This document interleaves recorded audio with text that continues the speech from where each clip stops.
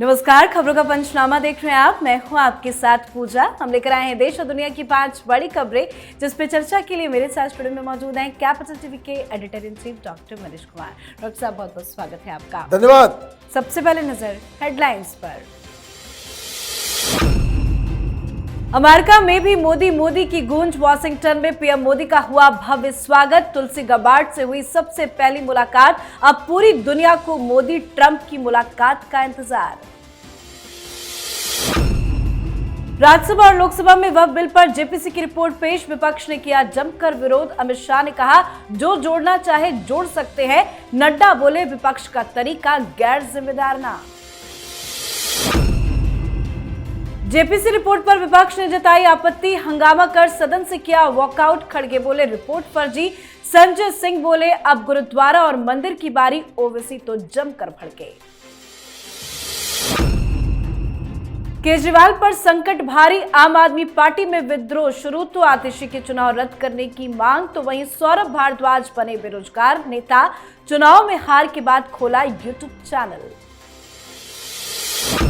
महाकुंभ में कांग्रेस नेताओं की डुबकी। कर्नाटक के deputy CM DK Shivakumar ने महाकुंभ में लगाई थी आस्था की डुबकी। तो अब दिग्विजय सिंह भी पहुंचे प्रयागराज। अपने बेटे के साथ किया स्नान। खबरों की शुरुआत में सबसे पहले बात पीएम मोदी के अमेरिका दौरे की। प्रधानमंत्री नरेंद्र मोदी अमेरिका दौरे पर हैं। इस दौरान पीएम मोदी और डोनाल्ड ट्रंप के बीच आज देर रात द्विपक्षीय मुलाकात होगी। ये मुलाकात व्हाइट हाउस में भारतीय समय के मुताबिक रात 2:30 बजे होगी। इसके अलावा डेलीगेशन लेवल पर भी बातचीत होगी और दोनों नेता प्रेस स्टेटमेंट भी देंगे। वहीं व्हाइट हाउस में ट्रंप ने पीएम मोदी के सम्मान में डिनर का भी आयोजन किया हुआ है। इस मुलाकात को लेकर पूरी दुनिया भर की नजर टिकी हुई है। पीएम जैसे ही अमेरिका पहुंचे, उनका भव्य स्वागत किया गया। मोदी के जबरदस्त नारे लगे हैं। अमेरिका पहुंचने के बाद पीएम ने वॉशिंगटन डीसी में अमेरिकी राष्ट्रीय खुफिया निदेशक तुलसी गबार्ड के साथ बैठक की। पीएम मोदी और गबार्ड ने भारत अमेरिकी दोस्ती के विभिन्न पहलुओं पर चर्चा की। बताया यह भी जा रहा है कि पीएम मोदी एलन मस्क समेत कई दिग्गज बिजनेस लीडर्स के साथ भी मुलाकात करेंगे। पहली मुलाकात तुलसी गबार्ड के साथ, आगे ट्रंप से मुलाकात। क्या क्या होगी बात? देखिए, आज पूरा का पूरा दिन प्रधानमंत्री मोदी का power packed meetings. Elon Musk भी मिलेंगे, विवेक रामास्वामी भी मिलेंगे, डोनाल्ड ट्रंप से भी मुलाकात होगी और भी कई सारे लोग। लाइन लगा हुआ है आज और मिर्ची लग रही लोगों को। अभी कुछ दिन पहले राहुल गांधी क्या कह रहे थे पार्लियामेंट के अंदर, जो नोटिस दिया गया कि भाई आप उसको जस्टिफाई करो, कहां से आपको यह खबर मिल गई कि मोदी को बुलाया नहीं गया। हमने विदेश मंत्री को भेजा कि हमें इनवाइट कर लो। देखिए क्या करते हैं ये लोग, क्या करते हैं। अपने पैर पे कुल्हाड़ी नहीं मारते, कुल्हाड़ी में जाकर के पैर मार रहे हैं अपना। प्रधानमंत्री मोदी के ऑनर में आज डिनर भी है। शायद मुझे लग रहा है ये पहला डिनर होगा। नेतन्याहू से मिले और दूसरा इतना बड़ा, आप देखिए कि सारे टॉप। और चर्चा किसकी हो रही है? तुलसी गबार्ड की। क्यों चर्चा हो रही है? तुलसी गबार्ड बहुत ही इंपॉर्टेंट एक कड़ी है। She is a proud Hindu. वो कहती है कि मुझे गर्व है कि मैं एक हिंदू हूं।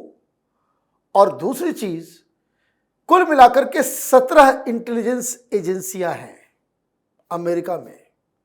इसमें मिलिट्री इंटेलिजेंस भी है, नेवी इंटेलिजेंस भी है, इसमें CIA है, FBI है। वो तमाम 17 के 17 जितने भी इंटेलिजेंस ऑर्गेनाइजेशन हैं, उसकी वो हेड है, उसकी वो चीफ है। FBI का चीफ, CIA का चीफ, ये सब तुलसी गबार्ड को रिपोर्ट करेंगे। और तुलसी गबार्ड की पहली मुलाकात प्रधानमंत्री मोदी से, वो कल ही उनका जो है नाम फाइनल किया गया, वोटिंग से उनका नाम फाइनल हुआ है। तो ये जो अमेरिका के अंदर प्रधानमंत्री मोदी जिस हिसाब से उनको स्वागत किया जा रहा है, ये ट्रेलर है। कल इस वक्त तक मालूम चलेगा कि आखिर क्या क्या करार हुए हैं और क्या क्या बातचीत हुई। बिल्कुल सर। अब बात वक्फ संशोधन बिल पर जेपीसी की रिपोर्ट की, जिसे राज्यसभा और लोकसभा में भी पेश कर दिया गया। दरअसल आज संसद के वर्तमान बजट सत्र के पहले चरण का आखिरी दिन था और इसी दौरान आज वक्फ संशोधन विधेयक पर विचार करने वाली संयुक्त संसदीय समिति की रिपोर्ट लोकसभा और राज्यसभा में पेश की गई। बिल पेश होते ही दोनों सदनों में भारी हंगामा भी हुआ। लोकसभा में विपक्ष के हंगामे पर अमित शाह ने खड़े होकर विपक्षी नेताओं से शांत रहने की अपील की। उन्होंने कहा, आपको जो जोड़ना हो उसमें जोड़ सकते हैं, मेरी पार्टी को कोई आपत्ति नहीं। तो वहीं विपक्ष के रवैये पर राज्यसभा में नड्डा ने कहा कि कुछ भी डिलीट नहीं किया गया है। इसके बावजूद विपक्ष ने बहुत गैर जिम्मेदाराना व्यवहार किया है। ये तुष्टीकरण की राजनीति है, ये देश को कमजोर करने के लिए साजिश की गई। कुछ लोग देश को तोड़ने की साजिश कर रहे हैं, कुछ लोग भारत देश के खिलाफ लड़ रहे हैं। साथ ही लोकसभा में जेपीसी रिपोर्ट पेश होने के बाद भारी हंगामे के बीच ही नया इनकम टैक्स बिल भी पेश कर दिया गया। इसी के साथ लोकसभा की कार्रवाई 9 मार्च तक के लिए स्थगित भी कर दी गई। पहले राज्यसभा, उसके बाद लोकसभा, दोनों सदनों में बिल को तो पेश कर दिया गया है। सरकार की क्या तैयारी है? देखिए, सरकार की तैयारी बिल्कुल साफ है। वो किसी भी कीमत पे वक्फ बोर्ड के में संशोधन उस कानून में लाना चाहती है और उसके लिए वो काम करने को तैयार है जो संवैधानिक तरीके से ये कानून को बदला जा सके। विपक्ष ने हंगामा किया सवेरे से और ये कहा कि हमारी जो आपत्तियां थी जेपीसी के अंदर, उस आपत्तियों को चेयरमैन ने उसे इंक्लूड नहीं किया, उसको हटा दिया गया। पहली चीज मैं आपको बता दूं, यही सबसे बड़ा झूठ है। ये सबसे बड़ा झूठ है क्योंकि किरण रिजिजू वो सामने आकर के उन्होंने कह दिया कि हमने पूरी रिपोर्ट देख ली, कोई भी चीज हटाया नहीं गया। अब इनको करनी है राजनीति। फिर लोकसभा में बवाल मचा और ये खड़गे जी ने कह दिया कि ये फर्जी रिपोर्ट है। पता नहीं इन लोगों के दिमाग को क्या हो गया है, लकवा मार दिया है कि क्या हुआ है। जेपीसी की रिपोर्ट फर्जी होती है क्या? जॉर्ज सोरोस ने रिपोर्ट दिया। अब ये सारे लोग इस बात को ये कह रहे थे कि हमने आपत्ति दी थी और आपत्ति को जोड़ा नहीं गया। मामला लोकसभा में आया तो अमित शाह खड़े हो गए। भाई देखिए, तुम डाल तो हम पात। वो खड़े होकर के उन्होंने कहा कि भाई जो कुछ भी इंक्लूड करवाना इंक्लूड करवा लो। कारण होना है वोटिंग में संख्या इनके साथ है। वो आप कुछ भी इंक्लूड करा लो, हटा लो, जोड़ लो, आप कुछ भी नहीं कर पाओगे। तो ये क्यों बवाल करने दिया जाए, इसलिए कह दिया गया। अब इसमें जो समझने की चीज है कि संविधान के मुताबिक जेपीसी के चेयरमैन को यह अधिकार है कि जो आपत्तियां आती हैं उनको अगर लगता है कि ये शब्द या फ्रेजेस और जो बातें कही गई है वो अननेसेसरी है, अनपार्लियामेंट्री है या इसका कोई रिक्वायरमेंट नहीं है, तो अपने विवेक पे उन सब चीजों को हटा सकते हैं। ये उनके अधिकार क्षेत्र में है। लेकिन इनको करनी थी राजनीति, तो ये करना चाह रहे थे सरकार को कॉर्नर और खुद इनके मुंह पे कालिख लग गई और शाम तक ओवैसी को यह कहना पड़ गया कि हम इस बात को लेकर के सेटिस्फाइड है, जो हमारी आपत्तियां थी उसको इंक्लूड कर लिया गया है। जी, तो आरोप लगाकर सच्चाई जानने से पहले ही विपक्ष के नेताओं की भागने की फितरत पुरानी है। आज भी विपक्ष ने ऐसी ही हरकत की है। रिपोर्ट पेश होते ही विपक्ष ने खूब हंगामा किया, नारेबाजी भी की गई और जब सरकार की तरफ से जवाब दिए जाने की बारी आई तो विपक्ष के सदस्यों ने संसद से वॉकआउट कर दिया। विपक्ष वक्फ विधेयक पर जेपीसी रिपोर्ट को असंवैधानिक और फर्जी बता रहा है। मल्लिकार्जुन खड़गे ने कहा कि इस बिल को लेकर हमें कुछ आपत्तियां जताई थी, सरकार ने हमारे डिसेंट ऑफ नोट भी हटा दिए, कई नियमों का उल्लंघन हुआ है। ऐसी फर्जी रिपोर्ट को हम कभी नहीं मानेंगे। इस बिल को एक बार फिर से जेपीसी के पास भेजना चाहिए। तो संजय सिंह बोले कि आज वक्फ बोर्ड की संपत्ति को जब्त होने की बात हो रही है, कल गुरुद्वारे और फिर मंदिरों पर बात आएगी। ओबीसी ने कहा कि वक्फ संशोधन बिल असंवैधानिक है। ये वक्फ को बचाने के लिए नहीं बल्कि मुस्लिमों से वक्फ को छीनने के लिए ये विधेयक लाया जा रहा है, वक्फ को बर्बाद करने के लिए लाया जा रहा है। इसी के साथ सभी ने एक एक करके बिल का जबरदस्त विरोध किया, हंगामा हुआ, वॉकआउट भी कर गए। क्यों इतनी ज्यादा राजनीति हो रही है? राजनीति इसलिए हो रही है कि इनको खुश करना है मौलवी मौलानाओं को, कट्टरपंथियों को, जिहादियों को। ये संजय सिंह अभी आदत नहीं सुधरी है इसकी। ये तमाशा कर रही है, लोग कह रहे हैं कि अभी मस्जिदें छीनी जाएगी मुसलमानों से, फिर अगला नंबर जो है वो सिख कहा जाएगा, क्रिश्चियंस कहा जाएगा, बुद्धिस्ट कहा जाएगा, हिंदुओं कहा जाएगा। अरे बेवकूफ आदमी, वक्फ की तरह कोई कानून है क्या सिखों के लिए, क्रिश्चियंस के लिए, हिंदुओं के लिए, बौद्ध के लिए? कोई स्पेशल अरेंजमेंट है, कोई कानून है इस तरह का? कुछ भी आपको बकना है आप बक देंगे। क्यों? क्योंकि ये लोग करवाना चाह रहे हैं दंगा। 100 बात की एक बात मैं बोल रहा हूं और मेरे इस बात को आप याद करके रखिएगा। यह देश बड़ा ही लुंज पुंज तरीके से चल रहा है। यहां झूठ बोलने, अफवाह फैला करके लोगों को भड़काने के ऊपर किसी को कोई सजा नहीं होती। भाई सुप्रीम कोर्ट मुंह ताक रहा है ना। शाहीन बाग में आपने इलीगल तरीके से प्रोटेस्ट करने दिया और यही दलाल लोगों को, यही संजय सिंह, अमानतुल्लाह, ये कांग्रेस पार्टी, ये लेफ्टिस्ट, ये आरजेडी, ये तमाम लोग मुस्लिम वोटों के लोभी राजनीतिज्ञों ने मुसलमानों को भड़का दिया। तुम्हारी नागरिकता चली जाएगी, तो तुम्हें डिटेंशन कैंप में डाल दिया जाएगा। भाई कितने लोगों को डाला गया? और जब बात नहीं बनी, इन्हीं लोगों ने दिल्ली में दंगे करवाए, 53 लोग मारे गए, हिंदू और मुसलमान दोनों। ये दंगा करवाने के लिए मस्जिदें छीनी जाएगी, मदरसे छीने जाएंगे, दरगाहें छीनी जाएगी। कोई नहीं छीना जा रहा, कोई नहीं छीना जा रहा। इस कानून में बस इतना बदलाव हो रहा है कि वक्फ बोर्ड की दादागिरी नहीं चलेगी। और इन अकल के अंधों को यह पता नहीं कि वक्फ के साथ जो ज्यादा डिस्प्यूटेड केसेस हैं वो मुसलमानों के हैं। मतलब ये वक्फ बोर्ड की दादागिरी, वक्फ बोर्ड दरअसल मुसलमानों की ही जमीन ज्यादा अपने कब्जे में लेकर के बैठ गई है।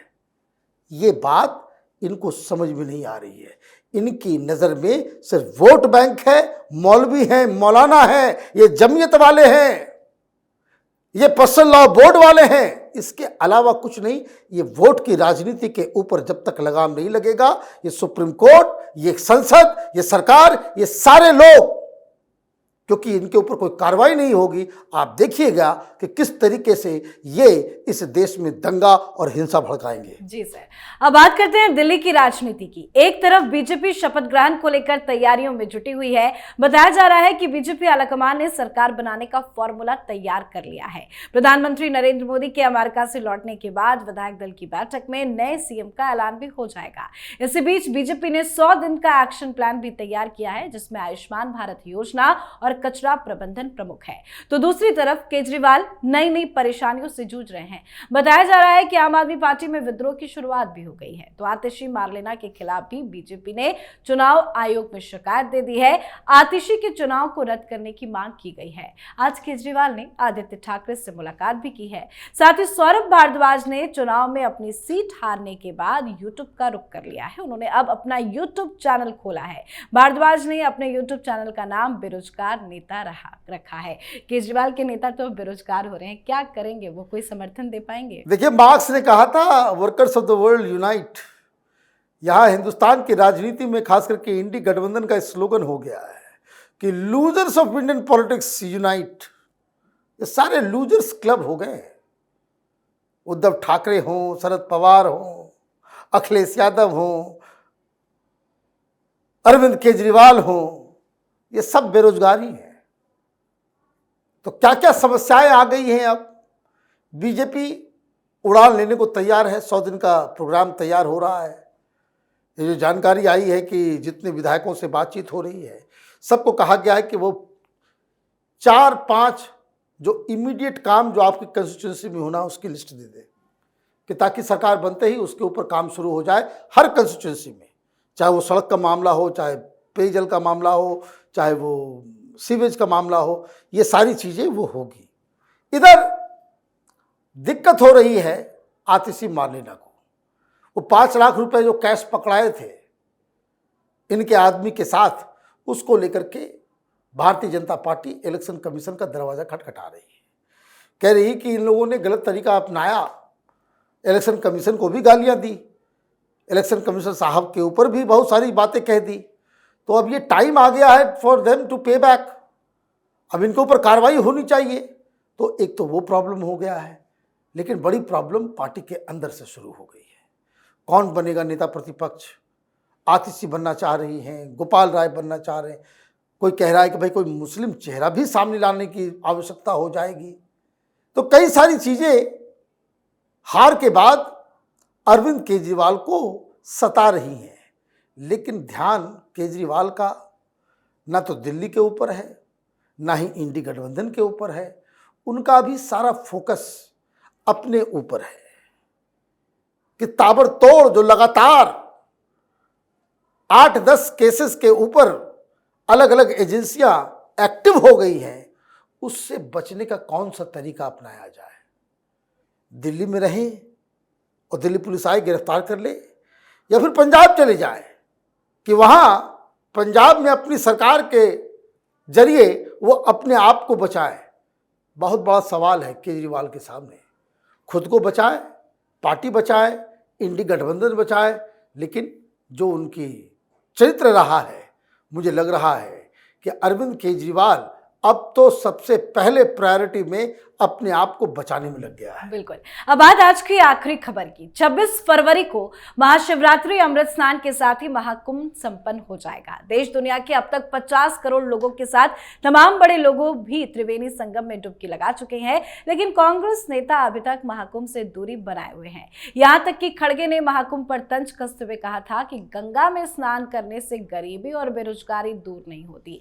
खड़गे के इस बयान के बाद तो जो कांग्रेस नेता महाकुंभ में जाना भी चाहते होंगे, उन्होंने भी जाना रद्द कर दिया। पर अब एक एक कर कांग्रेस के बड़े बड़े नेताओं की संगम में डुबकी की खबर सामने आ रही है। कुछ दिन पहले कर्नाटक कांग्रेस अध्यक्ष और उप मुख्यमंत्री डीके शिव कुमार ने महाकुंभ में पहुंचकर गंगा स्नान किया था। उन्होंने योगी सरकार को बधाई देते हुए यह भी कहा था कि इतना बड़ा आयोजन करना कोई छोटा काम नहीं है। तो वहीं आज खबर सामने आई कि मध्य प्रदेश के पूर्व मुख्यमंत्री और कांग्रेस के राज्यसभा सांसद दिग्विजय सिंह ने अपने बेटे जयवर्धन सिंह के साथ प्रयागराज महाकुंभ में डुबकी लगाई है।